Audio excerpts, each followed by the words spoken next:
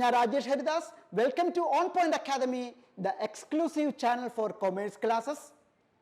Plus one accountancy സീരീസിലെ third പാർട്ടിലേക്ക് നമ്മൾ ഇന്ന് കടക്കാണ്. കുറച്ച് അക്കൗണ്ടിങ് ടേംസ് കൂടി ഡിസ്കസ് ചെയ്യാനുണ്ട്.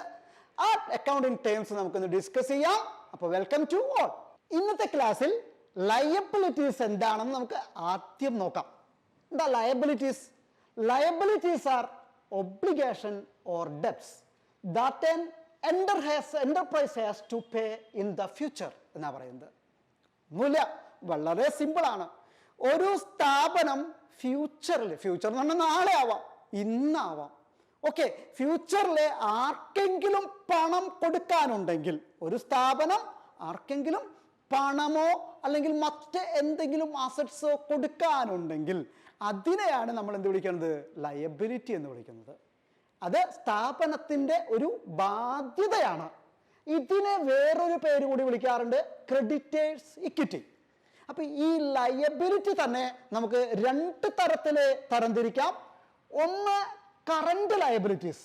എന്താണ് കറന്റ് ലയബിലിറ്റീസ് എന്ന് പറഞ്ഞു കഴിഞ്ഞിട്ടുണ്ടെങ്കിൽ നമുക്ക് കാണാനായിട്ട് സാധിക്കും, current liabilities which become due and payable within a short period എന്ന് പറയുന്നത്. നമ്മൾ ഒരു ഷോർട്ട് പീരീഡ് എന്ന് പറയുകയാണെങ്കിൽ അക്കൗണ്ടൻസിയിൽ 1 year ആണ് കണക്കാക്കുന്നത്. 1 yearനുള്ളിൽ നമ്മൾ തിരിച്ചടയ്ക്കാനുള്ള ലയബിലിറ്റീസിനെയാണ് കറന്റ് ലയബിലിറ്റീസ് എന്ന് വിളിക്കുന്നത്. നമുക്ക് എക്സാമ്പിളായിട്ട് പറയാവുന്ന എക്സാമ്പിളുകൾ നമുക്ക് നോക്കാം. ഒന്നാമത്തെ കാര്യമാണ് ഇതിൽ ക്രെഡിറ്റേഴ്സ് എന്ന് പറയുന്ന ഒരു കാര്യം.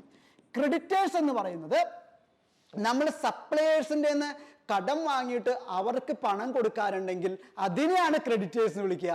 അത് നമ്മൾ 1 വർഷത്തിൻ്റെ ഉള്ളിൽ തിരിച്ചടക്കേണ്ടി വരും. അടുത്ത് നമുക്ക് പറയാം ഷോർട്ട് ടേം ലോൺസ്. 1 വർഷത്തിനുള്ളിലേക്കൊക്കെ നമ്മൾ എടുത്തിട്ടുള്ള ലോൺസ് ഉണ്ടെങ്കിൽ അതിനെയാണ് നമ്മൾ ഷോർട്ട് ടേം ലോൺസ് എന്ന് പറയുന്നത്. അതിനെയും നമുക്ക് എന്ത് വിളിക്കാം? കറന്റ് ലയബിലിറ്റി എന്ന് വിളിക്കാം. ഓക്കെ, അപ്പോൾ അടുത്തത് നമുക്ക് പഠിക്കാനുള്ളത് what is long term liabilities എന്നുള്ളതാണ്. ലോങ് ടേം ലയബിലിറ്റീസ് എന്ന് പറഞ്ഞാൽ liabilities which are payable after A long periods. ചില ലയബിലിറ്റീസ് എന്ന് പറഞ്ഞാൽ നമ്മൾ തിരിച്ചടയ്ക്കാനുള്ളത്. ആ ചില ലയബിലിറ്റീസ് തിരിച്ചടയ്ക്കാൻ നമുക്ക് 1 yearനേക്കാൾ കൂടുതലുണ്ടെങ്കിൽ, 1 yearനേക്കാൾ കൂടുതൽ കിട്ടുമെങ്കിൽ അത്തരം ലയബിലിറ്റീസിനെയാണ് നമ്മൾ ലോങ് ടേം ലയബിലിറ്റീസ് എന്ന് വിളിക്കുന്നത്. ഉദാഹരണം പറയുകയാണെങ്കിൽ നമുക്ക് പറയാം ലോൺ ഫ്രം ബാങ്കിൽ നിന്ന് എടുത്തിട്ടുള്ള ലോങ് ടേം ലോണുകൾ ഒരു ഉദാഹരണമാണ്. അതുപോലെ കമ്പനികളെയൊക്കെ കുറിച്ച് പറയുന്ന ഒന്നാണ് ഡിബഞ്ചേഴ്സ് എന്ന് പറഞ്ഞാൽ പബ്ലിക്കിന്റെ അടുത്തുനിന്ന് കടം മേടിക്കുന്നതിനൊരു ഡോക്യുമെന്റ് ഇറക്കുകയാണ് ഒരു ലോങ് ടൈമിലേക്ക്. അതാണ് ഡിബഞ്ചർ. നമ്മൾ കൂടുതൽ അതിനെക്കുറിച്ച് പഠിക്കുന്നില്ല, ഞാനൊരു എക്സാമ്പിൾ എഴുതിയെന്ന് മാത്രം. ഇതൊക്കെ നമുക്ക് ലോങ് ടേം ലയബിലിറ്റിക്ക് എക്സാമ്പിളുകളാണ്. ഓക്കെ, അപ്പോൾ അത് കഴിഞ്ഞു നെക്സ്റ്റ് ടേമിലേക്ക് നമുക്ക് പോവാം. എന്താണ് ക്യാപിറ്റൽ? അപ്പൊ എന്താണ് ക്യാപിറ്റൽ പറയാനുള്ള ഒരു കാരണം? ലയബിലിറ്റിയുടെ ആക്ച്വലി ടേസ് എ റിലേഷൻ. എന്താ നോക്കാം. Amount invested by the owner in the business is called capital. ഒരു ഓണർ ബിസിനസ്സിൽ ഇൻവെസ്റ്റ് ചെയ്യുന്ന എമൗണ്ടിനെയാണ് നമ്മൾ ക്യാപിറ്റൽ എന്ന് പറയുന്നത്. അതായത് ഒരു സ്ഥാപനം തുടങ്ങുന്നതിന് വേണ്ടി അതിൻ്റെ ഓണർ സ്ഥാപനത്തിലേക്ക് ക്യാഷോ അല്ലെങ്കിൽ മറ്റെന്തെങ്കിലോ അസറ്റ് കൊണ്ടുവരണം, എന്നാലേ സ്ഥാപനം ആരംഭിക്കാൻ പറ്റുള്ളൂ, അല്ലേ? അതിനെയാണ് നമ്മൾ എന്ത് വിളിക്കുന്നത്? ക്യാപിറ്റൽ എന്ന് വിളിക്കുന്നത്. ആ ക്യാപിറ്റൽ ഉപയോഗിച്ചുകൊണ്ടാണ് സ്ഥാപനത്തിന്റെ ആദ്യത്തെ പ്രവർത്തനങ്ങളൊക്കെ നടക്കുക. അസറ്റ് വാങ്ങലായാലും എല്ലാം നടക്കുന്നത് എന്തുപയോഗിച്ചുകൊണ്ടായിരിക്കും? ആ ക്യാപിറ്റൽ ഉപയോഗിച്ചുകൊണ്ടായിരിക്കും. ഇത് നമ്മൾ ലയബിലിറ്റി ആയിട്ട് ബന്ധമുണ്ടെന്ന് പറയാൻ കാരണം ഇതൊരു പാർട്ട്ണർഷിപ്പ് ഫേമാണെന്ന് വിചാരിക്കുക. ഒരു 3-4 ആളുകളൊക്കെ ഉണ്ട്. അപ്പോൾ ഒരു കുറച്ച് കൊല്ലം കഴിഞ്ഞാൽ 1-2 കൊല്ലമൊക്കെ കഴിഞ്ഞാൽ ഒരാൾക്ക് സ്ഥാപനത്തിൽ നിന്ന് എന്ത് ചെയ്യണം? പിരിഞ്ഞു പോകണം ഒരു പാർട്ട്ണർക്ക് എന്ന് വിചാരിക്കുക. അയാൾ കൊണ്ടുവന്നിട്ടുള്ള ക്യാപിറ്റൽ അയാൾക്ക് തിരിച്ചു കൊടുക്കണം. അതായത് സ്ഥാപനം വേറെ, പാർട്ട്ണർ വേറെ, അതുകൊണ്ട് അയാൾക്ക് തിരിച്ചു കൊടുക്കണം. അതുകൊണ്ടാണ് നമ്മൾ ഇതിനും എന്ത് പറയാറുണ്ട്? തിരിച്ചടക്കേണ്ട ഒരു എമൗണ്ട് ആയതുകൊണ്ട് വേണമെങ്കിൽ നമുക്കിതിനെ ഒരു ലയബിലിറ്റി എന്നുള്ള ഒരു വിഭാഗത്തിൽ പെടുത്താം. പക്ഷേ ക്യാപിറ്റൽ എന്ന് പറയുന്നത് വേറെ ടേം ആയിട്ട് തന്നെയാണ് നമ്മൾ പഠിക്കേണ്ടത്. അടുത്തത് ഡ്രോയിങ്സ്. എന്താ ഡ്രോയിങ്സ് എന്ന് പറഞ്ഞാൽ? Withdrawal of money or goods by the owner from the business for personal use എന്നാണ് പറയുന്നത്.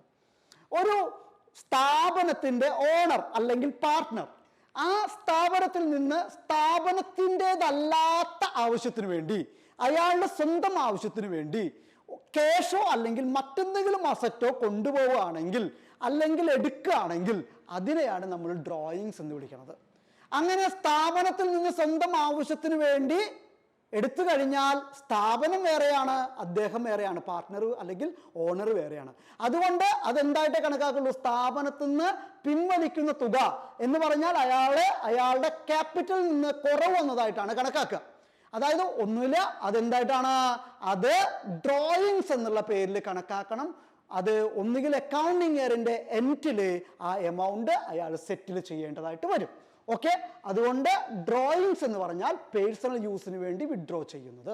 അതെന്തോ ആയിക്കോട്ടെ, അയാൾ ടൂറ് പോവാനോ എന്തിനു വേണ്ടി വിഡ്രോ ചെയ്താലോ, അല്ലെങ്കിൽ സ്ഥാപനത്തിന് ഒരു ഫർണിച്ചർ അയാളുടെ വീട്ടിലേക്ക് കൊണ്ടുപോവുകയോ ഒക്കെ ചെയ്തു കഴിഞ്ഞാൽ അത് ഡ്രോയിങ്സ് എന്നുള്ള ടേമിലാണ് പെടുന്നത്.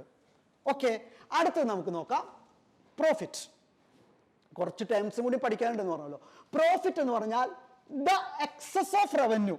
എക്സസ് ഓഫ് റവന്യൂ എന്നാ പറയുന്നത്. റവന്യൂ എന്ന് പറഞ്ഞാൽ എന്താ, സ്ഥാപനത്തിന്റെ ഇൻകം അല്ലെങ്കിൽ വരുമാനം.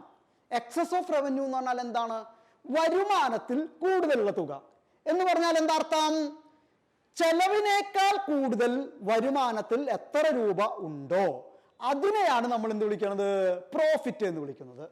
ഓക്കെ, കണ്ട, over the expense, that is called profit. വളരെ സിമ്പിൾ ആണ്. ഇൻകവും എക്സ്പെൻസും തമ്മിലുള്ള ഡിഫറൻസ് ആണ് ഏറ്റവും സിമ്പിൾ ആയിട്ട് പറഞ്ഞാൽ പ്രോഫിറ്റ് എന്ന് പറയുന്നത്. ഓക്കെ, അടുത്തത്, ഈ പ്രോഫിറ്റ് മുഴുവൻ പാർട്ട്ണർക്ക് അല്ലെങ്കിൽ ഓണർക്ക് അവർ വീട്ടിലേക്ക് കൊണ്ടുപോകാനൊന്നും പറ്റില്ല. അത് സ്ഥാപനത്തിന്റെ മറ്റ് എന്താ പറയുക ഭാവിയിലെ പ്രവർത്തനങ്ങൾക്കൊക്കെ ആയിട്ട് ഉപയോഗിക്കേണ്ടതായിട്ട് വരും. ഓക്കെ, അവിടെ കിടക്കട്ടെ, അത് പിന്നീട് ഡിസ്കസ് ചെയ്യേണ്ടതാണ്. അടുത്തത് ഗെയിൻ. അത് വളരെ പ്രധാനപ്പെട്ട ഒന്നാണ്. A profit gets from transaction which are incidental to business are called gain എന്നാണ് പറയുന്നത്. എന്താണ് അതിൽ പറയുന്ന കാര്യം? അതായത് ഗെയിൻ എന്ന് പറഞ്ഞാൽ ഒരു സ്ഥാപനത്തിൽ സ്ഥിരമായ പ്രവർത്തനങ്ങളിലൂടെ കിട്ടുന്ന ഒരു ഒരു വരുമാനമല്ല, അല്ലെങ്കിൽ ഒരു പ്രോഫിറ്റ് അല്ല, വളരെ എന്തെങ്കിലും ഇൻസിഡന്റ് ആയിട്ടുള്ള സംഭവങ്ങളിൽ നിന്ന് കിട്ടുന്ന ഒരു ഇൻകം എന്നാണ്, അല്ലെങ്കിൽ പ്രോഫിറ്റ് എന്നാണ് പറയുന്നത്. ഉദാഹരണം പറയുകയാണെങ്കിൽ, സ്ഥാപനം എല്ലാ സെയിലും കാര്യങ്ങളൊക്കെ നടത്തും. സ്ഥാപനത്തിൽ സെയിൽ ഉണ്ടായിരിക്കും. അപ്പൊ സെയിൽസ് നിന്ന് കിട്ടുന്ന ഇൻകം ഗെയിൻ അല്ല, അതിനൊന്നും ഗെയിൻ എന്നല്ല പറയാം, അതൊക്കെ ഇൻകാണ്. അതുപോലെ തന്നെ ചിലപ്പോൾ സ്ഥാപനത്തിന് കമ്മീഷൻ റിസീവ് ചെയ്യുന്നുണ്ടാവും, റെന്റ് റിസീവ് ചെയ്യുന്നുണ്ടാവും. ഇതൊക്കെ സ്ഥിരമായി കിട്ടിക്കൊണ്ടിരിക്കുന്ന ഇൻകാണ്. അതൊന്നും എന്തല്ല, അതിനൊന്നും ഗെയിൻ എന്ന് പറയില്ല. ഇൻസിഡന്റൽ ആയിട്ട്, ഇൻസിഡന്റൽ എന്ന് പറഞ്ഞാൽ പെട്ടെന്ന് എന്തെങ്കിലും കാര്യങ്ങളിൽ നിന്ന് കിട്ടുന്നത്. ഉദാഹരണം പറയുകയാണെങ്കിൽ, സ്ഥാപനത്തിന്റെ ഒരു ഫിക്സഡ് അസറ്റ് വിറ്റു. ആ ഫിക്സഡ് അസറ്റ് വിൽക്കുമ്പോൾ കിട്ടുന്ന ലാഭം, അതൊക്കെ വളരെ അപൂർവമായി സംഭവിക്കുന്നതാണ്. അതിനെ നമ്മൾ എന്ത് പറയാം, ഗെയിൻ എന്ന് പറയാം. ഇനി സ്ഥാപനത്തിന്റെ പേരിൽ ഒരു ലോട്ടറി എടുത്തു, ആ ലോട്ടറി അടിച്ചു, അതിനെ നമുക്ക് എന്ത് വിളിക്കാം, അതിനെ നമുക്ക് ഗെയിൻ എന്ന് വിളിക്കാം. അങ്ങനെ ഇൻസിഡന്റൽ ആയി കിട്ടുന്ന വരുമാനത്തെ വിളിക്കുന്ന പേരാണ് ഗെയിൻ എന്ന് പറയുന്നത്. അപ്പൊ അതിനൊരു എക്സാമ്പിൾ ആണ് ഞാൻ പറഞ്ഞ profit on the sale of fixed asset. Okay, അടുത്തത് ലോസ്. ഇതും കൂടി നമുക്ക് നോക്കാം. എന്താണ് ദ എക്സസ് ഓഫ് എക്സ്പെൻസ്. അതാണ്, അതായത് ഒരു സ്ഥാപനത്തിലെ എക്സ്പെൻസ് ആണ് എക്സ്പെൻസ് കൂടി നിൽക്കുക. ഏതിനേക്കാൾ? ആ സ്ഥാപനത്തിലെ റവന്യൂവിനേക്കാൾ, ഇൻകത്തേക്കാൾ കൂടി നിൽക്കുക. അങ്ങനെയാണെങ്കിൽ അതിനെയാണ് നമ്മൾ ലോസ് എന്ന് വിളിക്കുക. എന്ന് പറഞ്ഞാൽ നഷ്ടം. ചെലവ് കൂടുകയും വരവ് കുറയുകയും ചെയ്യുന്നു, എക്സ്പെൻസ് കൂടുകയും വരുമാനം കുറയുകയും ചെയ്യുന്ന അവസ്ഥയാണ് നമ്മൾ ലോസ് എന്ന് വിളിക്കുന്നത്. ഓക്കെ, ഇതെന്ത് ചെയ്യുന്നു, സ്ഥാപനത്തിലെ ആ ഓണറുടെ ഇക്വിറ്റി, അത് നമുക്ക് പറയാവുന്നതാണ്, ഓണറുടെ ഇക്വിറ്റി കുറയ്ക്കുന്ന പറയാം. എന്ന് പറഞ്ഞാൽ ക്യാപിറ്റലില്, ഓണറുടെ ക്യാപിറ്റലിൽ എന്ത് സംഭവിക്കുകയാണ്, ഇടിവ് സംഭവിക്കുകയാണ് ചെയ്യുക. അതിനെക്കുറിച്ച് പിന്നീട് നമുക്ക് ഡിസ്കസ് ചെയ്യാം. ഓക്കെ, അടുത്തത് നമുക്ക് നോക്കാം ഡെപ്റ്റേഴ്സ്. എന്താണ് ഡെപ്റ്റേഴ്സ് എന്ന് പറഞ്ഞാൽ? നേരത്തെ പറഞ്ഞു പോയ കാര്യമാണ്, ജസ്റ്റ് ഒന്നും കൂടി വളരെയധികം എക്സാമിന് ചോദിക്കുന്ന ഒന്നായതുകൊണ്ട് ഒന്നുകൂടി പറയാണ്. Debtors are persons or firms who owe to a business. അതാണ് ഇതിൽ നിങ്ങൾക്ക് ശ്രദ്ധിക്കാനുള്ളൂ. ഇത് വളരെ ഈസി ആയിട്ട് കണ്ടുപിടിക്കാനുള്ള ഒരു മാർഗമാണ്. who owe money to a business. ഇതാണ് സ്ഥാപനത്തിലേക്ക് ഇങ്ങോട്ട് തരാണ്ടാവുക, അതാണ് owe to money എന്ന് പറയാം.